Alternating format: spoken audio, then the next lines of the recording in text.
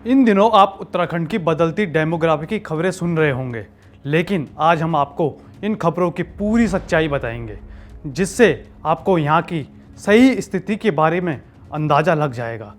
आज हम आपको उत्तराखंड की बदलती डेमोग्राफी के बारे में बताएंगे, जिससे शायद ही अभी तक आप अनजान होंगे। अकेले हरिद्वार जिले में 2001 से 2011 के बीच यानी कि 10 सालों में हिंदू आबादी 1% कम हो गई है और मुस्लिम आबादी 1.3% बढ़ गई है। साल 2001 में हरिद्वार में हिंदुओं की आबादी 65.3% थी और मुस्लिमों की आबादी 33% थी।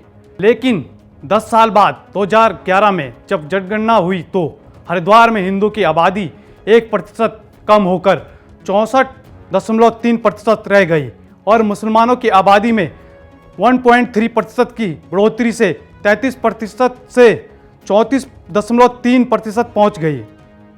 हरिद्वार जिले में 2001 से 2011 के बीच 10 सालों में हिंदू आबादी 1% कम हुई है और मुस्लिम आबादी 1.3% बढ़ी है। ये हरिद्वार के आंकड़े हैं। बता दें कि 2011 में आखिरी जनगणना हुई थी, उसके बाद से जनगणना नहीं हुई है, लेकिन जानकारी के अनुसार अब तक ये आंकड़ा और भी बढ़ चुका है।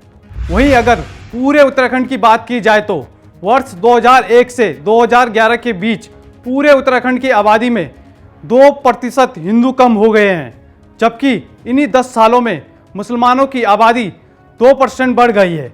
ये आंकड़े 2011 के हैं। अब अंदाज़ा लगा सकते हैं 2023 में ये आंकड़ा कितना बढ़ गया होगा। उत्तराखंड में नियोजित या अनियोजित ढंग से हो रहा डेमोग्राफिक चेंज बड़े खतरे की आहट है। राज्य और देश हित चाहने वाला कोई भी व्यक्ति इसे नकार नहीं सकता।